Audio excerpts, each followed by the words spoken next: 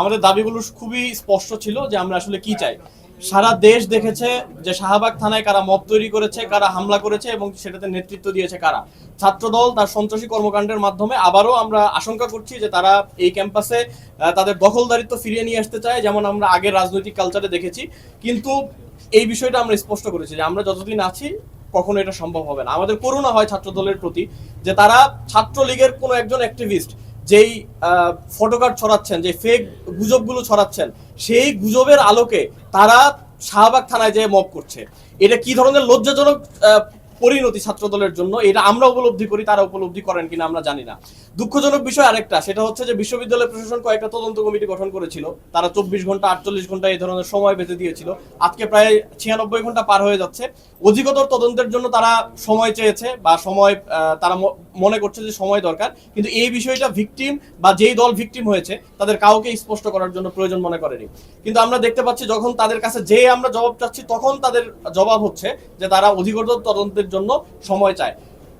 এই বিষয়টা আমরা আগেও দেখেছি যে দীর্ঘসূত্রিতা, যখন কোনো অভিযোগ করা হয় সেই অভিযোগের আলোকে কোনো সিদ্ধান্ত নেওয়া হয় না এবং অপরাধীরা ছাড়া পেয়ে যায়। আমরা এটা নিশ্চিত করবো ইনশাল্লাহ যে পরবর্তী সময়ে আর এই ধরনের কোনো ধরনের ঘটনা ঘটবে না, যদি আমরা এই সময়ে যারা এই হামলার সাথে জড়িত ছিল তাদের বিরুদ্ধে বিশ্ববিদ্যালয় প্রশাসন ব্যবস্থা গ্রহণ করে। এবং আমরা বিশ্ববিদ্যালয় প্রশাসনকে এই ব্যবস্থা গ্রহণ করার ক্ষেত্রে যেই ধরনের তথ্যগুলো লাগে, তারা অধিকতর তদন্তের জন্য আসলে কি খুঁজছেন আমরা জানি না, কারণ আপনারাও আশা করি উপস্থিত ছিলেন শাহবাগ থানায়, আপনারা নিজের চোখে দেখেছেন, আপনাদের মাধ্যমে সারা দেশবাসী দেখেছে। আমরা আজকে এখানে আপনারা দেখবেন যে আমরা প্রত্যেকটি ভিডিও ফুটেজ সহ এবং তাদের পরিচয় সহ আমরা বিশ্ববিদ্যালয় প্রশাসনের কাছে জমা দিয়ে এসেছি।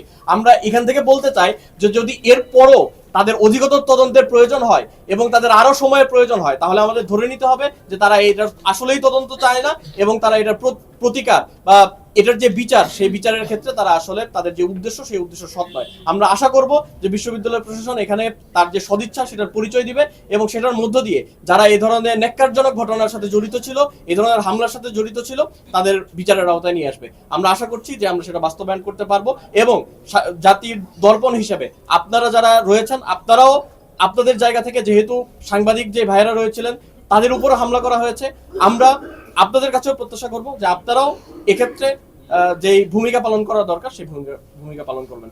আপনারাও দীর্ঘক্ষণ ধরে অপেক্ষা করছিলেন, সবাইকে ধন্যবাদ। কিন্তু একটা সবচেয়ে দুঃখের বিষয় যেটা, যে ঢাকা বিশ্ববিদ্যালয়ের মতো গুরুত্বপূর্ণ জায়গায় ডাকসুর নির্বাচিত প্রতিনিধি যারা, তাদের গায়ে স্পষ্ট হাত তুলেছে, বেধড়ক মারধর করেছে এবং সাংবাদিক সমিতির সাংবাদিক যারা আছে, যারা এই সমাজের দর্পণ হিসেবে আমরা জানি, সেই সাংবাদিকদের গায়ে হাত তুলেছে এবং এটাকে তারা গর্বের সাথে প্রচার করছে। এটা প্রচন্ড অ্যালার্মিং বিষয়। যদি এর বিরুদ্ধে যথাযথ পদক্ষেপ নেওয়া না হয়, তাহলে এটা সামগ্রিকভাবে পুরো শিক্ষা ব্যবস্থা, সকল শিক্ষার্থীদের জন্য ভয়ঙ্কর নিরাপত্তার হুমকি। আমরা প্রত্যাশা করছি দ্রুত সময়ের মধ্যে বিশ্ববিদ্যালয় প্রশাসন এটা নিয়ে গুরুত্বপূর্ণ পদক্ষেপ নেবে। এ পর্যায়ে কথা বলে